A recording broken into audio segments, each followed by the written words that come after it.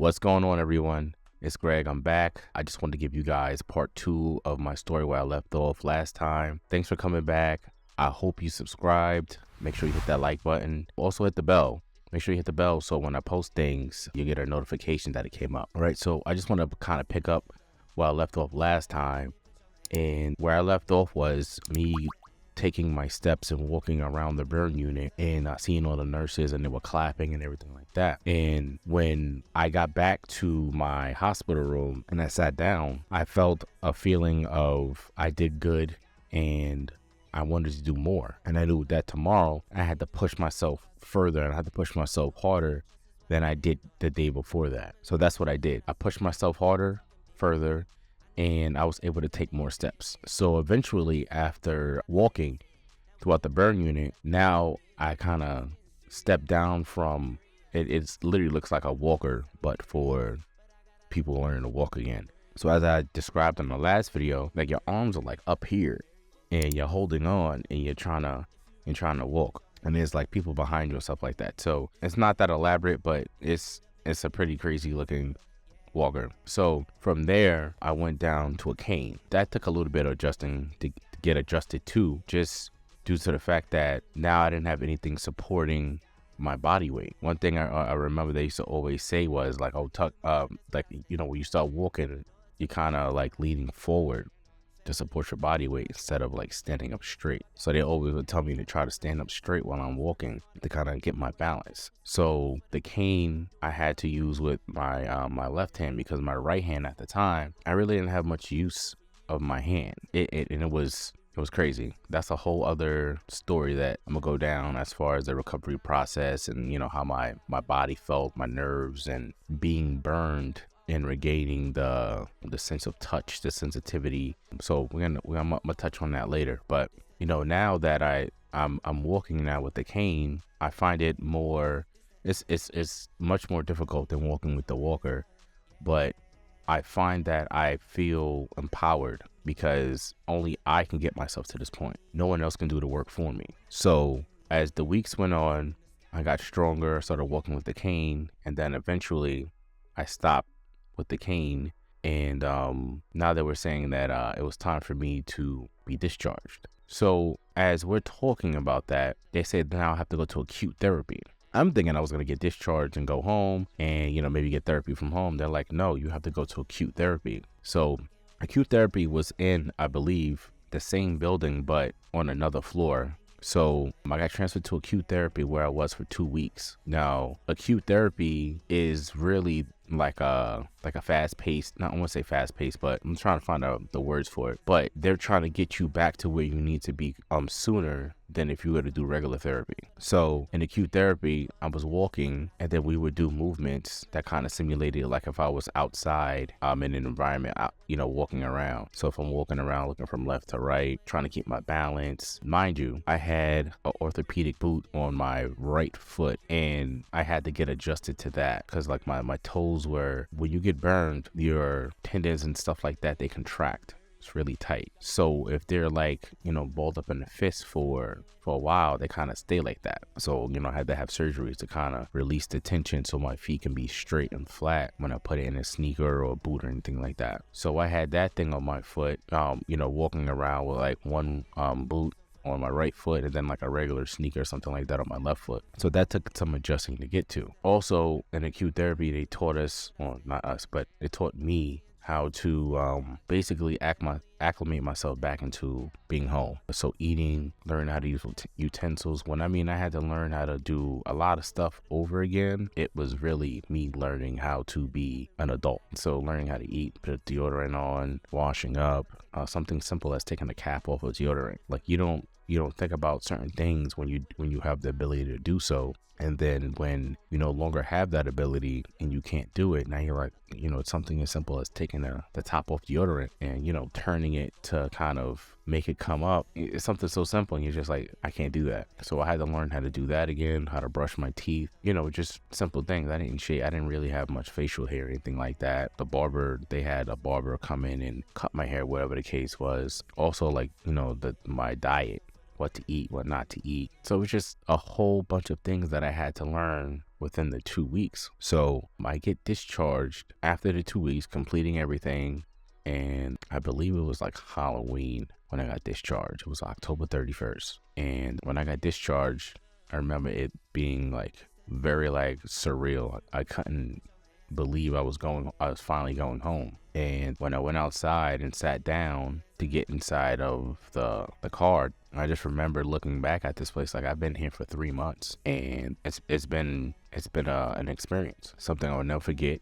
The people I will never forget that helped me, the nurses, the physical therapists, the occupational therapists, just everyone who was able to assist the doctors, and everyone who was able to assist me in my journey to get back home. I'll call it that. So I get in the car and I go home. I remember just looking at everything and just kind of like, enjoying being outside and hearing the cars. And because when you're in the hospital, you can't hear any of that. And the room that I was in actually faced, I believe it was like the Hudson River, and I think the FDR Drive. Yeah, it was the FDR Drive in Manhattan. I could see it from my room, and I remember seeing boats and stuff like that in the water, and how it looked so peaceful. And I was just like, I can't wait to get outside. I was never a person to be in the house all day, and it drove me crazy. But I had to mentally tell myself that you'll be able to go outside soon. Just stick with it. You'll be able to go outside. So that's what I did. So on the ride back home, I believe it took like an hour to get back home. For some reason, there were like people outside my house. They knew I was getting out. I don't know how. We didn't tell anyone. It was like something secret, and it was surreal. I was like, who are these people? So they were like some news media and stuff like that. Really didn't say much. Just kept it moving to go inside the house. My neighbors came outside and they asked me how I was doing. I spoke to them. I was cool with them. They were next door. And then from there, it was just kind of taking in the environment, being in the house. I haven't seen my house in 3 months. I haven't been home, haven't slept on my bed, none of that. So from there, it was kind of getting used to being home. Being home was something that I knew would come, but it couldn't come soon enough. And when it did happen, I think I was able to sleep. If you watch my prior video, I was only able to sleep maybe like 2 to 3 hours a night. And I was up for most of the night. Between, it was an intense itching. I just felt like my body was just tingling all over and just being uncomfortable, because a hospital room bed isn't really comfortable. Then also hearing like the other patients on the floor screaming because they're in so much pain. The monitors going off at all times of the night. So it was a lot of things that an environment that I was in that I had to kind of deal with and get used to, and kind of just compartmentalize everything and tell myself like this isn't going to be forever. So, I had to build that mindset of just being like, I'm here. I'm dealing with this situation right now. I know it's not going to be forever. And I know that once I'm out of this situation, things will improve, which it did.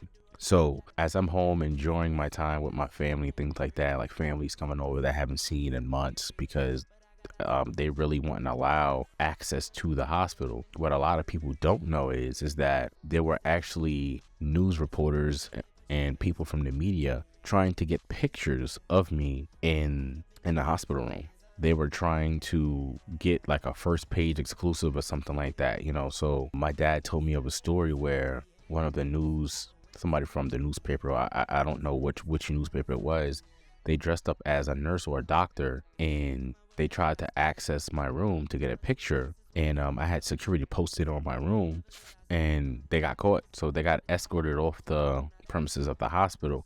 It was crazy. You guys can go and take a look at it on YouTube. They're not going to find anything like any stories like that. But just things like that is why right now I'm a very private person. I don't really put much on social media concerning my family, only really like business stuff. So it was things like that kind of made me say like, you know what, if we can move, I'm moving ASAP. We also, while being home, and I'm just going over a couple of things that a lot of people don't know, don't realize as to why I am the way I am, being private. We dealt with a lot of people just showing up at my house when I lived in Canarsie. And, people would like knock on the door, ringing the bell, like, hey, can I come in? Can I see you? And stuff like that. No, you can't. Don't show up at my house and just knock on the door thinking I'm gonna open it and say, hey, come in. Like, no, it doesn't work like that. You know, I just got home. I understand like we haven't seen each other in a while, but just give me some time to kind of acclimate myself being home. And a lot of people didn't understand that. And I didn't care. It wasn't for them to understand. I wanted my privacy. And we also had an instance that my father said that somebody was hiding in our backyard with some type of listening device to kind of get information on me while I was in the hospital. So my dad said he heard somebody in the backyard, and he looked and saw somebody in the backyard with like this big dish. It was like a gun. You can kind of put on headphones. You can kind of like listen. And he was like, yo, what are you doing back there? And the guy hopped over the fence to the neighbors behind us and kind of ran away.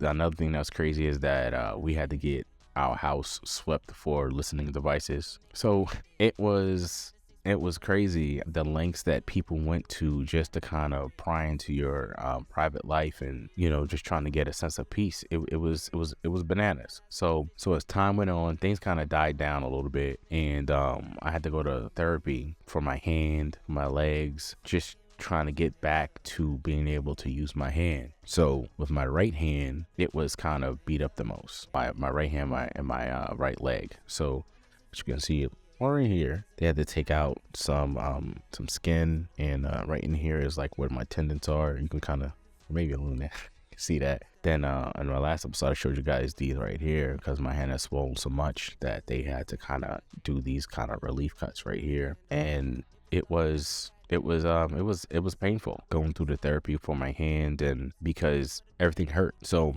from my experience, when you get burned and the sensation or the nerves start to work again, it starts off as pain first. I'm assuming your body doesn't know how to process, or the pain receptors or the receptors in wherever you're touching, it comes off as pain. And my pinky, if you touch my pinky and try to straighten it out, because I had to kind of go and, you know, they had to like, you know, passively and actively try to like bend my fingers and stuff like that to kind of get the motion back. And shout out to Laura, she was my hand therapist. I don't know if she's gonna see this or not, but she worked with me, and she was very patient, and she was a great hand therapist. You know, I had to make splints and things like that for my hand. And going to therapy, I believe it was like 2 to 3 times a week. It was a lot. You know, I had to go all the way into the city from Brooklyn in a car service that was covered by like insurance and stuff like that to travel back and forth. And you know, it was a lot to do, but I stuck through it, and I was able, as we were going through that, and she was like, you know, manipulating my fingers and stuff like that, I had to just kind of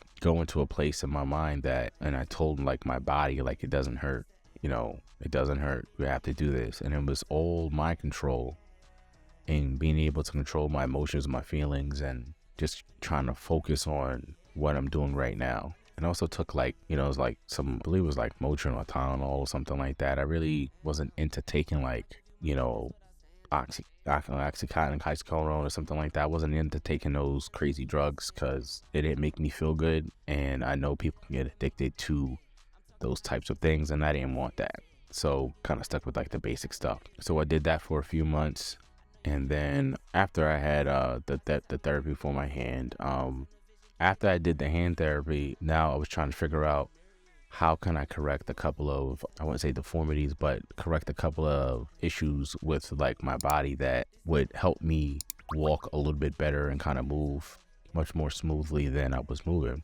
But that's not going to be to the next episode. All right. So if you like this video and it added value to your life and also inspired you to be the best that you can be, and just believe that everything is mostly mental, then please subscribe, hit that bell button, and drop a like up below. Share this with 2 people and just say, hey, check this out. All right. So I'll check you in the next episode. Peace.